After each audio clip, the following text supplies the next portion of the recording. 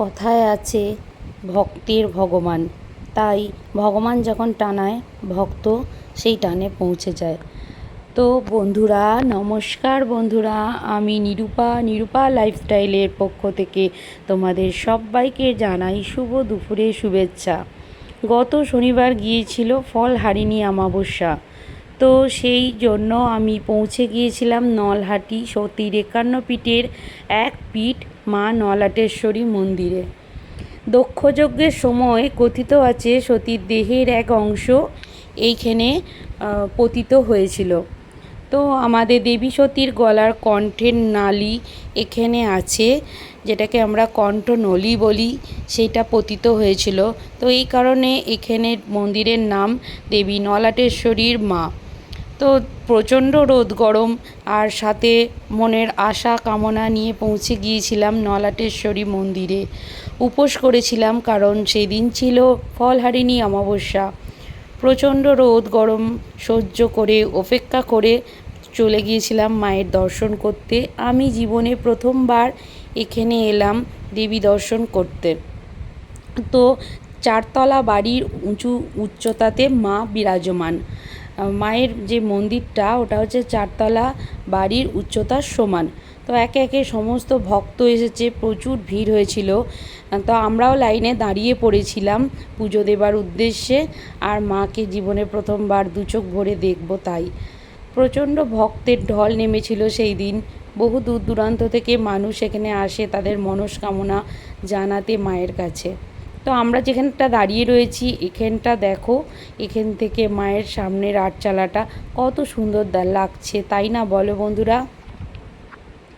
আমি জানি না তোমাদের সামনে কতটা কি তুলে ধরতে পেরেছি ভিডিওর মাধ্যমে, কারণ প্রচণ্ড ভিড় ছিল। আমি একা হাতে নিজেই ভিডিও করেছি। তো এই দেখো গর্ভগৃহের সামনে আমরা এখন পৌঁছাবো, লাইনে দাঁড়িয়ে পড়েছি। প্রচণ্ড ভিড় আর বহু পুরনো যুগের কারুকার্য ভাস্কর্য দেখতেই পাচ্ছ মন্দিরেতে সব রাখা রয়েছে। এগুলো সব কয়েকশো বছর আগেকার বলতে পারবো না, কিন্তু বহু পুরনো। এখানকার পরিবেশ অন্যতম, একদম সুন্দর শান্তির পরিবেশ, কারণ যে কোনো মন্দিরই তো শান্তির বসবাস হয়, তাই না? তো এই দেখো গর্ভগৃহের ভিতরে প্রথম দেখলাম মা নলাটেশ্বরীকে। তো জয় মা নলাটেশ্বরী। এখানে পুজো হচ্ছিল মায়ের। কি সুন্দর মায়ের ভুবন ভুলানো মূর্তি, আমি প্রথমবার দেখে মুগ্ধ হয়ে গেলাম। তো আমি ক্যামেরাটা কিভাবে ধরবো, ভিড় ছিল, বুঝে উঠতে পারছিলাম না। তো ভিড়ে ঠাসা, একা হাতে ক্যামেরা।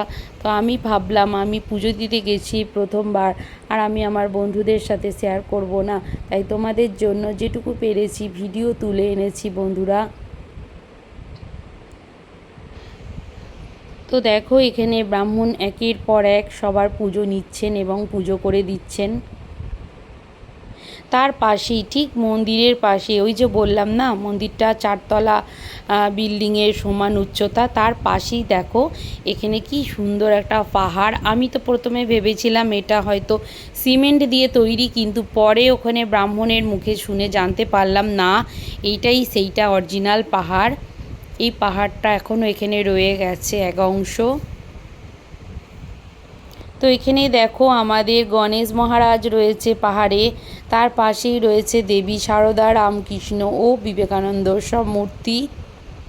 তার পাশেই দেখো মা শেরাবালি, খুব সুন্দর লাগছে দেখতে। এখানে সমস্ত ভক্তগণরা ধূপ ও মোমবাতি দিয়েছে। এখান থেকে দেখো মায়ের মন্দিরটা ঠিক বহু পুরনো যুগের টেরাকোটার কাজ, পুরনো ভাস্কর্য। এখন আর এইসব কারুকার্য দেখাই যায় না, পুরনো মন্দিরে দেখা যায়। আর এই যে মায়ের এটা হচ্ছে বলি দেওয়ার জায়গা, হাড়িকাঠ যেটাকে বলে। বছরে বিশেষ তিথিতে মায়ের এখানে বলি দেওয়া হয়।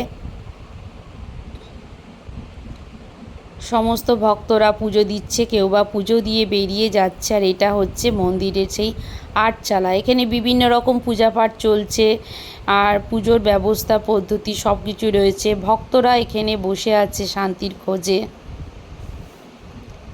মন্দিরের থেকে শান্তির জায়গা আর কোনো কিছু হতেই পারে না বন্ধুরা। সে তোমার যত বড়ই যত ধন সম্পত্তি উচ্চ বাড়ি হোক না কেন, সব শান্তি তো মায়ের কাছে, তাই না? তো দেখো এখানে বিভিন্ন রকম যজ্ঞ পুজো হবে বলে সব সরঞ্জাম রেডি করা রয়েছে। তো বন্ধুরা, তোমাদের কেমন লাগলো আমার এই ছোট্ট মিনি ব্লগটা প্লিজ কমেন্ট করে জানিও। নতুন হয়ে থাকলে চ্যানেলটা সাবস্ক্রাইব করে দিও।